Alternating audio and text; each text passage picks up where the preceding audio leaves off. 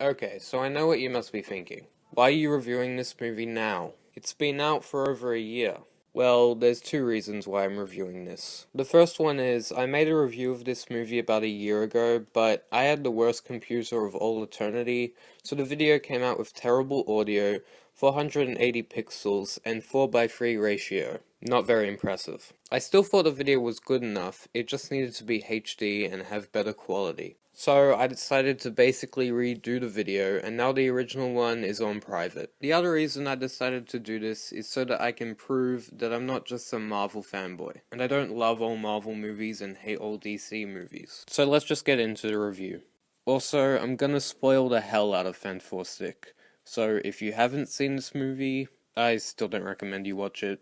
It's not worth it. That said, let's talk about what I liked. First off, some of the cast is pretty great in this. Not all of them, but the ones who stood out to me as far as performances go were Miles Teller, Kate Mara, and Michael B. Jordan. They somehow managed to give top-notch performances in a movie like this. There are also some good comedic moments, and some of the action scenes in the film were so bad that they were good. I actually saw this at the cinema, and at a couple of points in the movie, I couldn't help but just laugh at how stupid and fake looking some of the action was. And those were all the positives. Now let's talk about what I didn't like about this, and there is a lot I didn't like. The movie opens with Reed Richards when he is about 11 or 12 years old.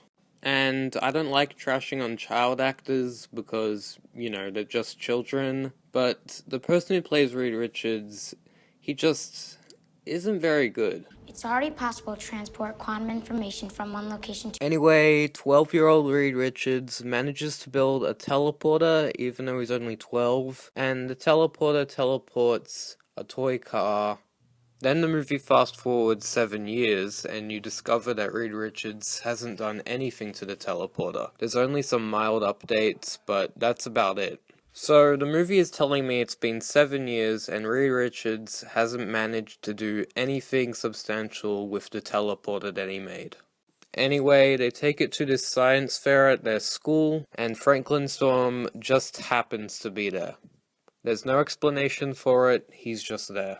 So he asks Reed Richards and Ben Grimm to come to the Baxter building, and they do. Then Franklin Storm recruits Victor Von Doom, even though he's a terrorist. They say he set fire to the Baxter building. So why did they recruit that guy? He basically tried to kill everyone. Then Franklin Storm recruits his son Johnny Storm, even though he knows nothing about science. He can build anything. But why couldn't they get a normal guy whose job it is to build things? Or they could just get a machine to do it. He can build anything. Anyway, it becomes pretty obvious that they just recruited these people because they're the Fantastic Four in the comics. So Franklin Storm tells them to build a spaceship because it's going to go into another dimension. So there's just basically a montage of them building the spaceship. So when they're finished building, the government tells them that they can't go into space and they need actual trained astronauts. And even though that sounds like the logical thing to do, they get mad about it. So Victor Reed and Johnny Storm get some alcohol and they just get drunk in the science lab. Then they just decide that they should go to space without any training whatsoever. Reed Richards also calls Ben Grimm, and even though Ben Grimm is sober, he also decides it's a good idea.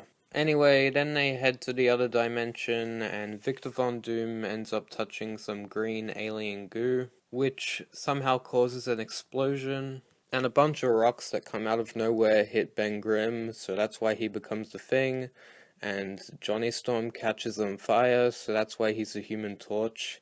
But they don't explain how Victor Von Doom got his powers, or how Reed Richards got his powers, or how Sue Storm got her powers. So Victor Von Doom falls in the green goo, and Ben, Reed, and Johnny just assume he's dead and just go back to the Baxter building, and there's another explosion, so Sue Storm gets her powers, and then all four of them just pass out at the same time. Anyway, it skips to a scene where Reed Richards wakes up in Area 57, I believe it was. During this scene, the movie takes a complete tonal shift, and it's like some kind of weird horror movie. And they make it look like Reed Richards' power is disgusting and gross. There were some people in the cinema cringing at how disgusting it looked. Then Reed Richards manages to escape Area 57, even though you'd think there'd be security cameras there and they'd be able to catch him. Then the screen fades to black and it fast forwards another year.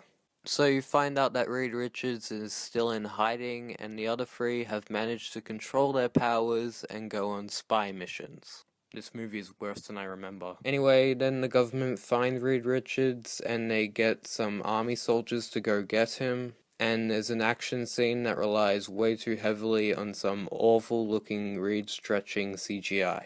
Anyway, then the thing comes and he knocks Reed out and then they get on a plane and go to Area 57. Coincidentally, on the same day they manage to find Reed Richards, they also find Dr. Doom and they teleport him out of the other dimension into the Baxter building. They also never explain how Dr. Doom was able to live in the other dimension without food or water, but that's the least of this movie's problems. Then Dr. Doom blows up some people's heads, and that's by far the best scene in the movie just because of how violent it is. And then he kills Franklin Storm by turning him into stone instead of blowing up his head. That's never really explained, but at this point I don't really care. And this scene is supposed to be really emotional, but he's one of the least likable characters in the movie, so I don't really care. And then, for some reason, Dr. Doom goes back to the other dimension, and he puts a blue laser in the sky, and it's somehow supposed to destroy Earth or something. Nothing about Dr. Doom or his evil plan is ever explained. Anyway, then the Fantastic Four find Dr. Doom and fight him on a green screen.